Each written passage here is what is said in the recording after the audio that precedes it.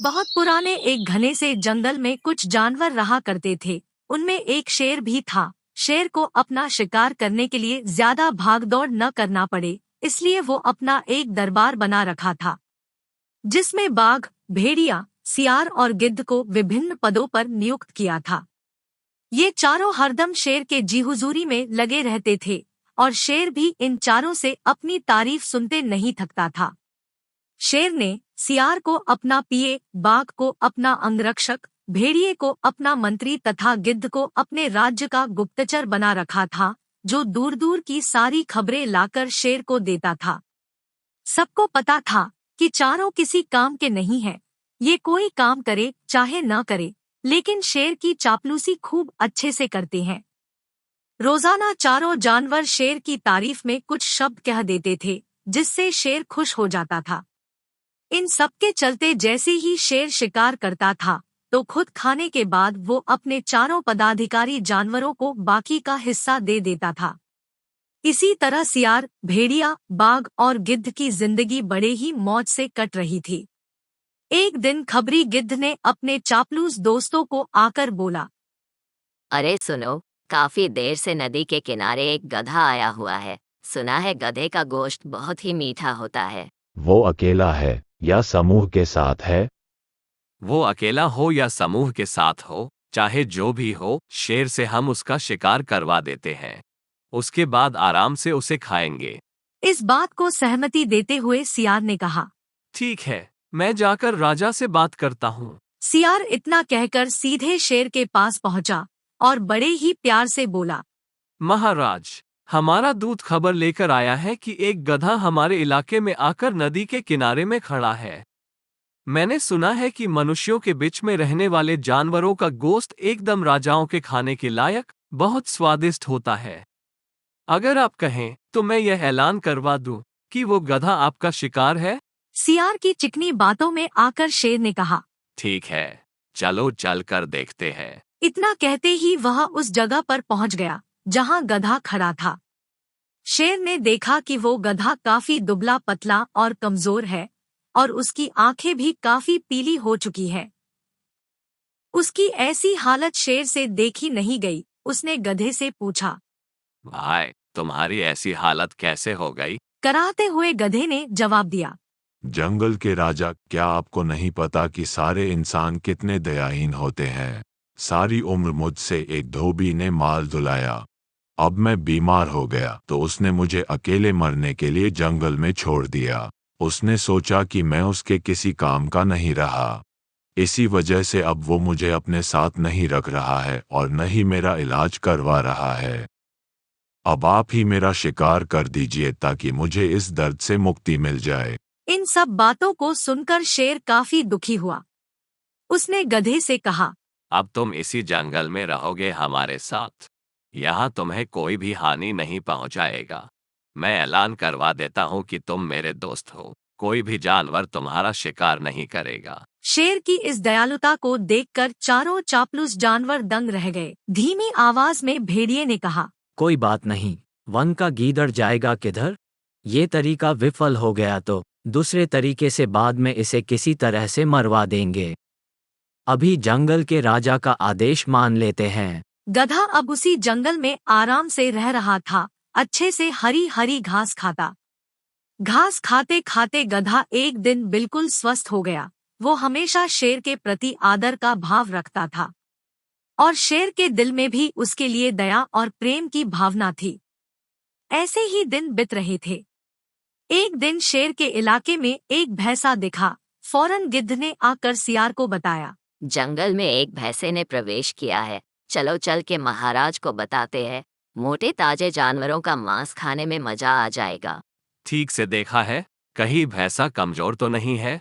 वरना शेर इसे भी अपना दोस्त बना के लेते आएगा। ये जंगल कोई दवाखाना है क्या, जो सारे बीमार जानवर यही आएंगे? बिल्कुल हिष्ट पुष्ट भैंसा है। गिद्ध और सियार दोनों शेर के दरबार में पहुंचते हैं। महाराज की जय हो। महाराज, आज आपके लिए बहुत ही लाजवाब भोजन की खबर लेकर आया हूँ। आप अभी चलें और झटपट उसका शिकार कर अपनी भूख को शांत करें। शेर भी सियार के बहकावे में आकर वह जंगल में भैंसे का शिकार करने को निकल जाता है। शेर भैंसे के पास पहुंचते ही उसके नुकीले सिंघों को देख थोड़ा सहम जाता है, पर अपने चमचों के सामने उनको इस बात का एहसास नहीं होने देता है। शेर ने भैंसे के पीछे से घात लगा के जैसे ही हमला किया, वैसे ही भैंसा पीछे पलट के अपनी सींग शेर के सामने किया। अब शेर भैंसे के सींग पर आ गिरा और भैंसे ने शेर को हवा में उछालते हुए नीचे पटका। नीचे गिरते ही शेर चारों खाने चित्त हो गया। यह मंजर देखते ही चमचे दुम दबा के वहां से भागे और शेर भी जान बचाते हुए किसी तरह वहां से भाग निकला। शेर को काफी चोट आ गई थी। अब शेर छोटे मोटे जानवरों का शिकार करके अपना जीविका चलाता था। जैसे तैसे समय बीतता गया और कुछ समय बाद शेर अब पूरी तरह स्वस्थ हो गया। एक दिन गिद्ध ने जंगल में एक हाथी को आते देखा। ये खबर अपने चापलूस साथी को बताया।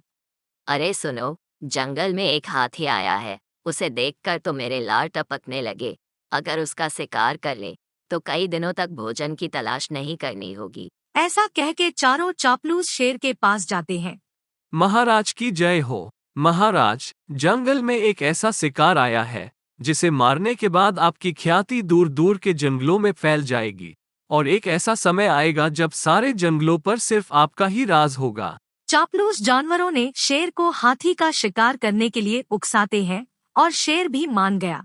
चलो मुझे दिखाओ वो हाथी कहाँ पर है। एक ही पंजे में उसका सीना ना चीर दिया तो मैं भी शेर नहीं। चारों चापलूस शेर को लेके उस हाथी के पास जाते हैं, लेकिन वो हाथी पागल था। शेर ने जैसे ही घात लगाकर हाथी पर हमला किया, हाथी अपने आप को बचाते हुए शेर को अपने सूंड में दबोच लिया और उठाकर ऐसा पटका कि शेर को साक्षात तीनों लोग दिखने लगे। ये सब मंजर देखते ही चारों चापलूस वहां से गिरते पड़ते बेतहासा भागे। किसी तरह से शेर पागल हाथी से बच तो गया, लेकिन उसके शरीर की काफी हड्डियां टूट गई। अब बीमार शेर बिना शिकार किए किसी तरह से अपनी जिंदगी जीने लगा। उसके चापलूस भी अब भूखे रहने लगे थे। उनके मन में हुआ कि आखिर ऐसा क्या करें कि कुछ खाने को मिल जाए। एक दिन उनका ध्यान हट्टे कट्टे हो चुके गधे पर गया। सबने मिलकर एक तरकीब सोची और राजा के पास चले गए। सबसे पहले भेड़िया बोला, महाराज, आप इतने दिनों से भूखे हैं? ये मुझसे देखा नहीं जा रहा है। आप मेरा शिकार करके मुझे खा ले ताकि आपकी भूख मर जाए। राजा साहब, भेड़िए का मांस खाने लायक नहीं होता है। आप मुझे खा लीजिए। हटो, तुम्हारा मांस इनके दांतों में ही फंसा रह जाएगा। आप इसे छोड़िए महाराज, मुझे खा के अपनी भूख के पीड़ा को शांत कीजिए। महाराज, इसके शरीर में आपको सिर्फ बाल ही बाल मिलेंगे। इसे छोड़िए, आप मुझे खाकर अपनी भूख मिटा लीजिए। ये सब उन चापलूस जानवरों का नाटक था जिसे गधा नहीं समझ पाया। उसने भी एकदम भावुकता दिखाते हुए कहा, महाराज, मेरी जिंदगी तो आपकी ही दी हुई है। आप इस तरह से भूखे क्यों रहेंगे?